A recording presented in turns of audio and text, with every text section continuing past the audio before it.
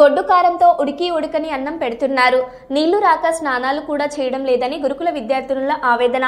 వంట మనుషులు లేకుంటే తామే వంట చేసుకుంటున్నామని వెల్లడి. కుక్క చనిపోతే కూడా 2 రోజులు తీయలేదని, పాములు వస్తే తామే చంపేస్తున్నామంటూ గురుకుల విద్యార్థుల ఆవేదన. నాగూర్ కర్నూలు జిల్లా కల్వకుర్తి గురుకుల బాలికల ఆశ్రమ పాఠశాలలో విద్యార్థుల దుస్థితి. లేదు మేడం వాళ్ళే వండి పెడుతున్నారు. నిన్న నైట్ అయితే మేమే వండుకున్నాం.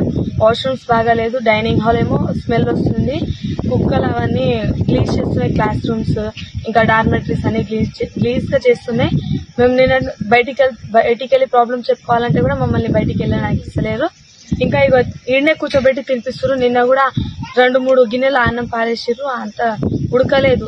పొద్దునైతే కొంచెం మెత్తగానే అయిపోయింది, ముద్దలు వచ్చేసింది. ఆయన మేము అన్నం తినేసినాం, కానీ మెమోలు ఉన్నట్టు ఏం పెడతలేదు. రోజు కిచడి, జీరా రైస్ ఇంకా సాంబార్, ఎప్పుడెప్పుడు కారం పెడతారు. ఉప్మా కూడా పెడుతుండే, ఇప్పుడు అది కూడా పెడతలేదు.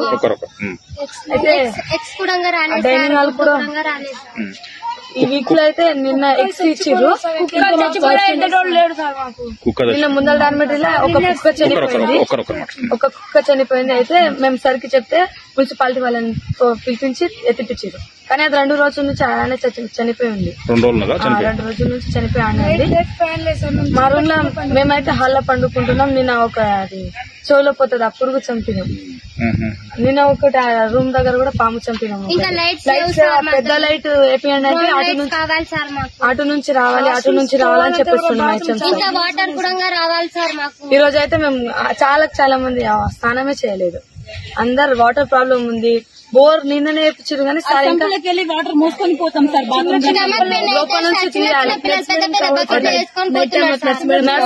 వాచ్మెన్ కూడా లేదు. వాచ్మెన్ ఉంటుంది కానీ అది ఎప్పుడు